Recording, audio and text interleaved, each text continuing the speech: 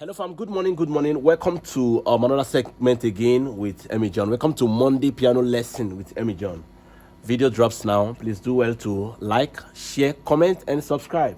One more time, I want to say big thanks, big shout out to all those who have been following me. My last video on Friday got 3,000 and more views. I want to say thank you so much. For those who are checking up on me, for those who are always replying, for those who are always commenting, and for those sharing this video, I love you all. So without wasting more time, I've got a lot of people joining the lesson, and then I got someone who joined my content asking me for praise breakdown, and I'm working on praise breakdown. The tutorial is going to be very heavy and very long, preparing the lesson. Once the praise tutorial is ready, I'm going to shoot it out. So please stay tuned for praise tutorial. Stay tuned, where I'm going to pour out everything I've been working on for praise. Some of the perspective I use for praise is going to be out real soon. Okay, now in one of my lessons, I decided to share some of the excerpts, some of the lessons being done in my 6 months piano training. Wait, I want to give you just one of the ideas we did. In our week 3, we looked at the types of chord, which I did how to practice. I spent my time under week 3 intermediate piano lesson to look at what are the types of chord: major, minor, diminished, augmented, suspended, and dominant chords. How do we build them? How do we apply them? What are the stuffs we use to accompany them? How do we create these chords into voicing? Then week 4, intermediate lesson, we looked at how do we really apply these chords. Since we have known a major chord is actually, we could add a 7, 9, 11, and 13. But bear in mind, under a major chord, 11 is a dissonant.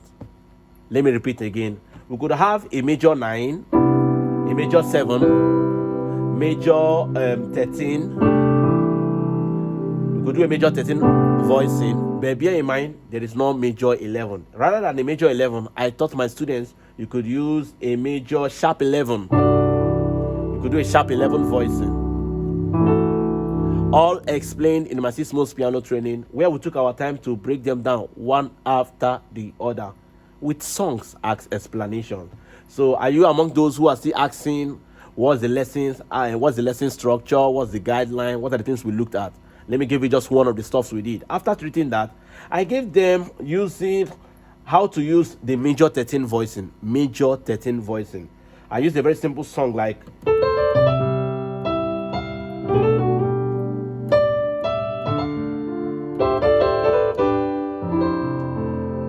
see what we did? We looked at using grace notes and nuances to build passing chord and still resolving at a major 11, a major 13 voicing. Remember, for over a major chord, the 11 is a dissonant. I repeat again, over a major triad, the 11 is a dissonant. So therefore, I prefer to use a major 13 voicing. See what I did? So I'm in the key of C. For my 4, I did this. F, C, E, or sorry, F, C, A on my left hand. F, C, A on my left hand. This is stretch voicing. So I'm playing in bass 10. You could play simple triad, simple octave chord. You could make it a 9. You could make it a 10. So personally for me, I enjoy most time playing them in bass 10. So then I did a major 13 voicing. So the major 13 voicing simply is playing F, C, and A for the key of F. That is F major 13. Then I played D, E, G, and then C. Major 13 voicing. So rather than just ending your chord on just the regular 4 chord. Now, in our 6 months training, we looked at how do we extend this chord? How do we actually put this particular chord or note on the melody and still using wide range of chord voicing, which are extensions. Basically that. Let me spell out the note again. So I'm having F, C, and A on my left hand. On my right hand, I'm having D, E, G, and C. Major 13 voicing of the key of F. Somebody might ask why? How is that a major 13? Remember, F is the roots. And I told them in my lesson, 2 notes are very important, the 3 and the 7. The 3 and the 7. So once in my chord, I have my 3.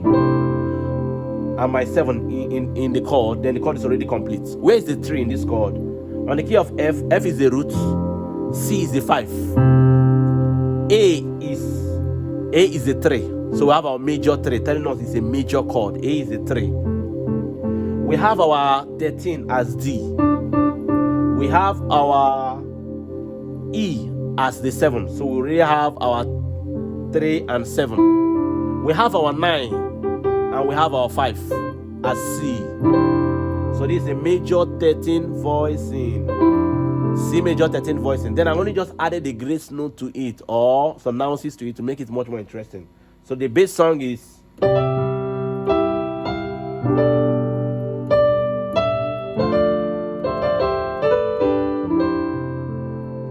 this is what I did again. I would like you to learn this movement.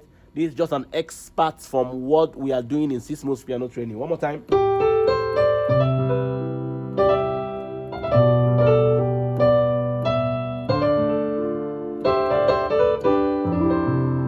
So let me break down what I did. Now, I also taught my students, learn the power of simplicity.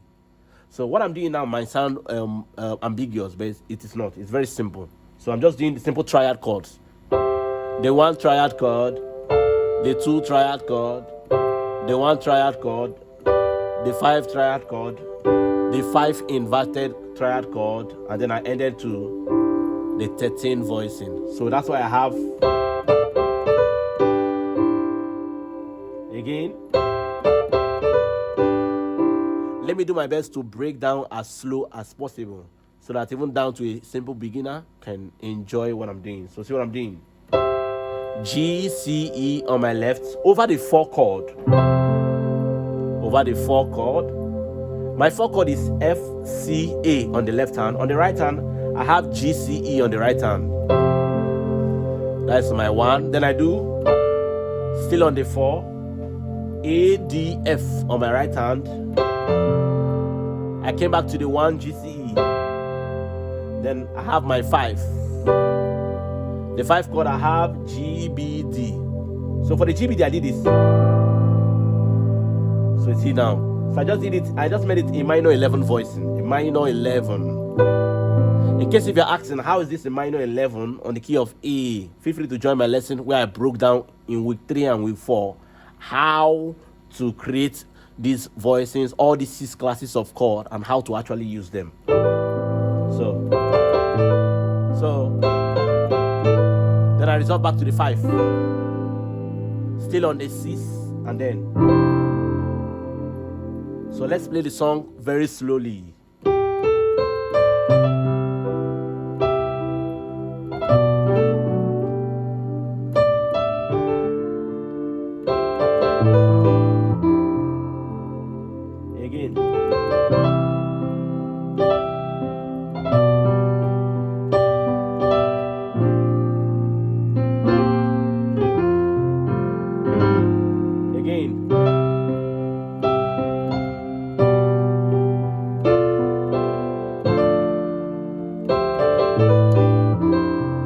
Let me try it out on different keys. Let's try on the key of C sharp major. C sharp major. So that gives me this.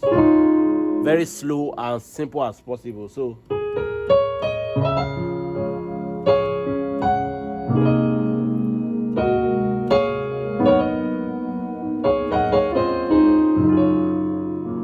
very simple, same thing.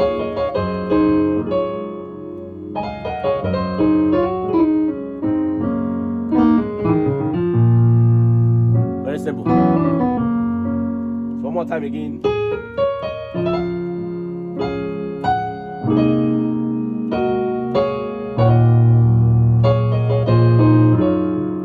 Very simple. If you add this fit to your playing, wow. You make it sound a bit professional. So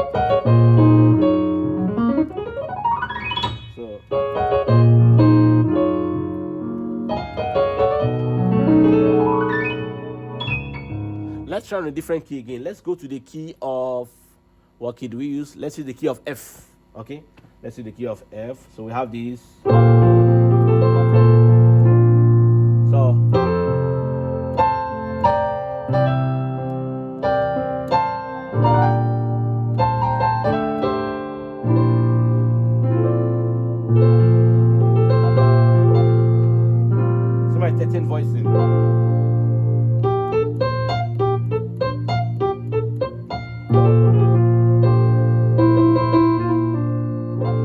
Very slow again.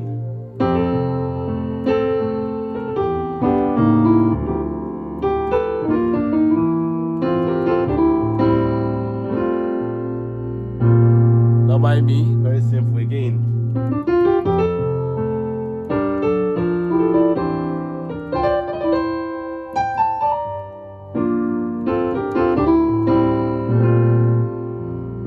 Very simple. So see what I did?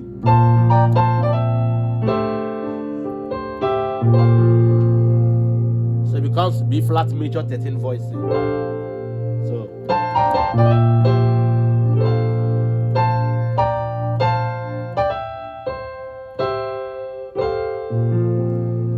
one more time.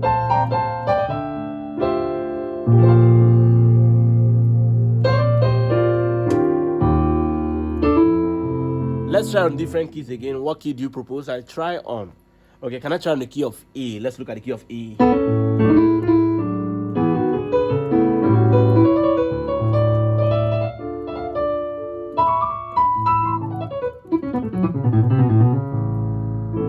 So it becomes this. So our 4 on the key of A will become this. So it will become this.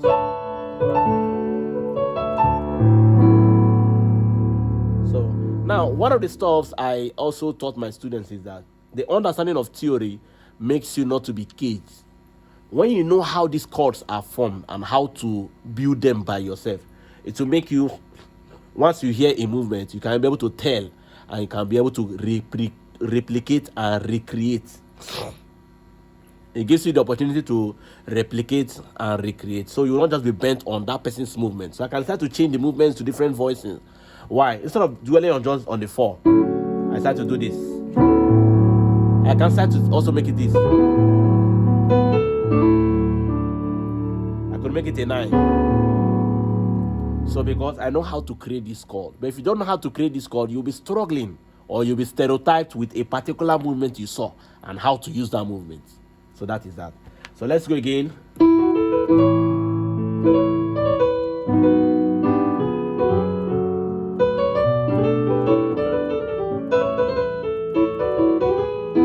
See what I did now? I've added more things. So to every new key I play, there are new beautiful things to be done. So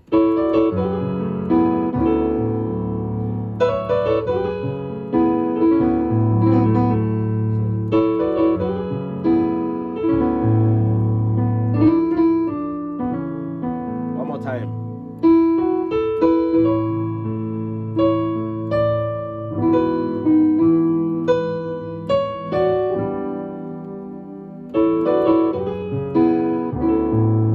So this is the movement for the day.